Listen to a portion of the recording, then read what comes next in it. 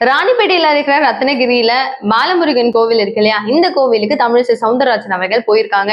போனதுல ஒரு பெரிய பஞ்சாயத்தே நடந்திருக்கு. சோ அங்க போனவங்க என்ன பண்றாங்க, இந்த ஒரு பிரஸ் மீட் ஒண்ணு வந்து சும்மா நம்ம ஆளுங்க தான் போயிருவாங்கல்ல, அந்த மாதிரி போயிட்டு அவங்க கிட்ட நிறைய கேள்விகள் கேட்கப்படுது. அந்த இடத்துல அவங்க பாத்தீங்க அப்படின்னா இப்போ ஆளும் கட்சியான டிஎம்கேவை உரிச்சு விளாசிருக்காங்க அப்படின்னு தான் சொல்லணும். அவங்க கிட்ட பல கொஸ்டின்ல அவங்க ரொம்ப டென்ஷன் ஆகி, ஏய் என்ன யாராவது என்ன அப்படி சொன்னீங்க, கடுப்பாயிடுவேன் நான் அப்படின்னு சொல்லிட்டு கொந்தளிக்கிற அளவுக்கான கேள்விகளும் கேட்கப்பட்டுச்சு. ஃபுல்லா அப்படியே நான் உங்களுக்கு எக்ஸ்பிளைன் பண்றேன். ஆக்சுவலி அவங்க போனதுக்கு அப்புறம் பாத்தீங்க அப்படின்னா அங்க வந்து அவங்க சொல்றாங்க, ஏங்க நீங்க வந்துட்டு அறநிலைத்துறை எல்லாம் இருக்கிறீங்க அப்படின்னும் போது பக்தர்களுடைய ஒருத்தவங்களுடைய பாதுகாப்பை நீங்க உறுதி பண்ணணும் அப்படின்னு சொல்லும் போது, இதுக்கு ரீசெண்டா வந்துட்டு சேகர் பாபு அமைச்சர் இருக்காரு, அவர் சொல்லியிருந்தாரு முருகனுடைய அருள் எங்களுக்கு எப்பவுமே இருக்குது அப்படின்னு சொல்லிட்டு. அவர் சும்மாவது இருந்திருக்கலாம். இந்த மாதிரி ஒரு பதிவு அவர் சொன்னதுக்கு அப்புறம் என்ன ஆகுது, நீங்க வந்துட்டு இந்த மாதிரி சொல்றீங்கன்னா அப்புறம் பக்தர்களுடைய பாதுகாப்புக்கு என்ன? இப்ப வந்து சிஎம் முதலமைச்சர் அவர்கள் இஃப்தார் நோம்பு அப்படின்னும் போது அங்க போறாரு, கிறிஸ்துவர்கள் வந்து கொண்டாடுறாங்கன்னும் போது அங்க போறாரு. அப்போ ஹிந்துஸ்னுடைய ஏதாவது ஒரு தளத்துக்காக அவர் போயிருக்கிறாரா? அங்க போய் ஒரு முருகப்பெருமானையா யாரையாவது போய் அவர் தரிசனம் பண்றாரா? அப்புறம் எல்லா மதமும் சம்மதம் அப்படின்றவரு இப்ப எல்லாருக்குமே ஒரே மாதிரி தானே பார்க்கணும், ஆனா அவர் ஏன் பார்க்கல அப்படின்னு ஒரு கேள்வியை கேட்டிருக்காங்க. சோ இந்த மாதிரி ஒரு விஷயம் நடந்துட்டே இருக்கும்போது திருச்செந்தூர்ல ரீசெண்டா வந்துட்டு ஒரு பக்தர் ஒருத்தர் இறந்துட்டாரு. அவரை பத்தி நீங்க என்னன்னு யோசிச்சீங்களா? இந்த கோவில்ல இருக்கிற அறநிலைத்துறைகள்லாம் என்னதான் பண்றீங்க அப்படின்ற ஒரு கேள்வியும் அவங்க கேட்டாங்க. அதுக்கப்புறம் கொப்பிச்சுன்னு அவங்க வாயை மூடிட்டாங்க எல்லாரும். சோ அவங்க சொல்ற இன்னொரு விஷயம் என்னன்னா, காவேரி இஷ்யூ இவ்வளவு பெரிய ஒரு இஷ்யூவா மாறிட்டு இருக்கு. இந்த மாதிரி தமிழகத்துல சொல்றதுக்கு பல பிரச்சனைகள் இருக்கு. இது எல்லாத்தையுமே விட்டுட்டு பிஜேபி இன்னும் வந்துட்டு தொகுதி மறுவரையை பத்தி எதுவுமே பேசல. ஆனா ஒண்ணுமே பேசாத ஒரு விஷயத்தை இவ்வளவு அளவுக்கு எடுத்து நாங்க தான் கரெக்ட், நீங்க தான் கரெக்ட், இதுக்கு வந்து பல கட்சிகள் வருது, பல ஸ்டேட்ஸ்ல இருந்து வருதுன்னு எதுக்கு இவ்வளவு ஆர்கியூமெண்ட் பண்றீங்க அப்படின்னு சொல்லிட்டு வெளுன்னு வெளுக்குறாங்க. அண்ட் சட்டசபையில வந்துட்டு இவர் வந்து சட்ட ஒழுங்கு ரொம்ப கரெக்டா இருக்கு அப்படின்னு சொல்லிட்டு ஸ்டாலின் அவர்கள் சொல்றாரு.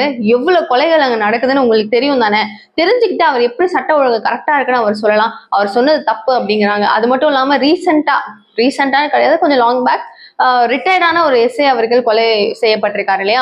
சோ போலீஸ்ல இருந்த ரிட்டையர்டான ஒரு மனுஷனே இப்படி கொலை பண்றாங்க அப்படின்னும் போது சட்ட ஒழுங்கு அங்க எங்க சீர்திருத்தமா இருக்கு? சட்டையை மட்டும் மாத்தி மாத்தி போட்டுக்கிட்டா போதுமா? சட்ட ஒழுங்கும் கரெக்டா இருக்கணும்ல, அதை ஃபர்ஸ்ட் அவர் சீர் பண்ணணும் அப்படின்னு சொல்லிட்டு தமிழிசை சவுந்தரராஜன் அவர் மேல குற்றமா சாட்டிக்கிட்டே இருந்தாங்க. அந்த வகையில பல விஷயம் போட்டு வெளுன்னு வெளுக்க இவங்க கிட்ட வந்துட்டு பாத்தீங்கன்னா ஹிந்தி திணிப்பு பத்தி கேக்குறாங்க. அப்ப சொல்றாங்க பிஜேபி வந்து இது வரைக்கும் தமிழை தான் அதிகமா ஆதரிச்சிருக்காங்க இருக்கிற எல்லா லாங்குவேஜஸையும் தாண்டி. நாங்க தமிழுக்கு யாருமே எதிரி கிடையாது, நாங்க இந்த அளவுக்கு அழுத்தம் திருத்தமா சொல்றோம் இல்லைங்கன்னு. ஆனா நீங்க ஏங்க புரிஞ்சுக்கவே மாட்டேங்கிறீங்க? இந்த சுச்சுவேஷன், இந்த மாதிரி ஒரு உலகம் இப்படி போயிட்டு இருக்கிற நேரத்துல 2 மொழி பத்தாது, 3வது மொழி ஹிந்தி இருந்தா என்ன தப்பு? இருக்கிற 2 லாங்குவேஜையும் ஒழுங்கா கத்துக்கிட்டோம், அதையும் சேர்த்து கத்துக்கிட்டுமே அப்படின்னு சொல்லிட்டு அவங்க இன்ஃபுளுன்ஸ் பண்றாங்க. சோ அந்த நேரத்துல எல்லாருமே வந்துட்டு உங்களை தமிழிசை அப்படின்னு சொல்றதுக்கு பதில் ஹிந்தி இசைன்னு சொல்றாங்களேன்னு செம டென்ஷன் ஆயிடுவேன் நானு. எனக்கு கெட்ட கோவம் வந்துடும் அப்படின்னு சொல்லிட்டு பயங்கர கோவப்பட்டுட்டாங்க. இடி ரீசெண்டா வந்துட்டு 1000 கோடி அளவுக்கு மோசடி நடந்துச்சு அப்படின்னு சொல்லியிருந்தாங்க. அந்த ஃபண்ட் மட்டும் நம்மளுக்கு வந்திருந்ததுன்னா நம்மளுடைய கடன்ல 36% அளவுக்கு வரைக்கும் குறைச்சிருக்கலாம். ஆனா அதை தமிழக அரசு குறைக்கணும்னு நினைச்சிருந்தா குறைச்சிருக்கலாம். ஆனா இது யாருடைய பவர்ல இப்படி எல்லாம் நடந்துட்டு இருக்கு நீங்களே யோசிச்சு பாருங்க. இப்ப எங்களுடைய போஸ்டர் ஒட்டினாங்க பிஜேபி சைட்ல இருந்து அப்படின்றதுனால, ஸ்டாலினுக்கு அகேன்ஸ்டா ஒட்டினதுனால எங்களுடைய நிர்வாகிகளை அரெஸ்ட் பண்ணிட்டாங்க. அப்படின்னும் போது எல்லா தப்பையும் பண்ணி இதுக்கு எல்லாம் அதுவும் காரணமான செந்தில் பாலாஜி நல்லா தானே உட்காந்துட்டு இருக்காரு. அமைச்சர் செந்தில் பாலாஜில நீங்க கைது பண்ணிருக்கணும். அந்த வேலையை எதுவுமே பண்ணல. போக்குவரத்து துறையில போயிட்டு அவர் வேலை செய்யறாரு அப்படின்னா அங்கேயும் ஊழல், சாராயத்துறை அப்படின்னும் போது இங்கேயும் ஊழல், ஓடுறது போடுறது அப்படின்னு எல்லாத்துலயுமே ஊழல் செஞ்சா எப்படின்னு செம்ம ரைவிங் அப்படிலாம் அவங்க பேசிட்டு இருக்காங்க. எல்லாத்துலயுமே ஊழல் செய்யற அவருக்கு சப்போர்ட் பண்ணிட்டு இருக்கீங்களே, எல்லாம் நியாயமா அப்படின்னு அவங்க கேட்டிருக்காங்க. இந்த மாதிரி பல விஷயங்கள் புட்டு வச்சு சௌந்தரராஜன் வந்து ஆக்சுவலி தமிழிசைக்கா இங்க இருந்து அங்க போயிட்டு கொஞ்சம் ரிலாக்ஸா கோயிலுக்கு போலான்னு போயிருப்பாங்க போல. அந்த ரிலாக்ஸ் எல்லாம் கழிஞ்சு அப்படியே மைண்ட் ஃப்ரெஷ்ஷா எல்லா விஷயங்களையும் போட்டு அப்படியே கொலை பண்ணிட்டாங்கன்னு தான் சொல்லணும். இன்க்ளூடடா சொன்ன ஒரு விஷயம், ஹிந்தி இம்போஸ் பண்றோம்னு சொன்னீங்க. கனிமொழி சர்ச் பார்க் ஸ்கூல்ல படிச்சாங்க. நான்லாம் தமிழ் மீடியத்துல தான் படிச்சேன். பேசுறதுக்கு எனக்கு எல்லா உரிமையும் இருக்கு, என்னை யாராலையும் தடுக்க முடியாது, நான் பேசிக்கிட்டு தான் இருப்பேன் அப்படிங்கிறாங்க. சோ அவங்க பேசுற பாயிண்ட் எல்லாமே அங்கெல்லாம் பார்க்கும்போது கரெக்டா தான் இருக்கு. பட் நடைமுறையில எப்படி இருக்கும்னு தெரியல. இது வரைக்கும் வந்து 20 லட்சம் கையெழுத்து அளவுக்கு நாங்க வாங்கிட்டோம், இன்னும் 1 கோடியை சீக்கிரம் நாங்க ரீச் பண்ணிடுவோம் அப்படின்னு சொல்லிட்டு அண்ணாமலை வந்து ரொம்ப ரீசெண்டா சொல்லியிருந்தாப்ல. சோ இந்த 1 கோடி கையெழுத்து வந்துருச்சுன்னா அந்த ஹிந்தி இம்போசிஷன் அப்படின்றது தமிழகத்துக்குள்ள கொண்டு வரப்படும்.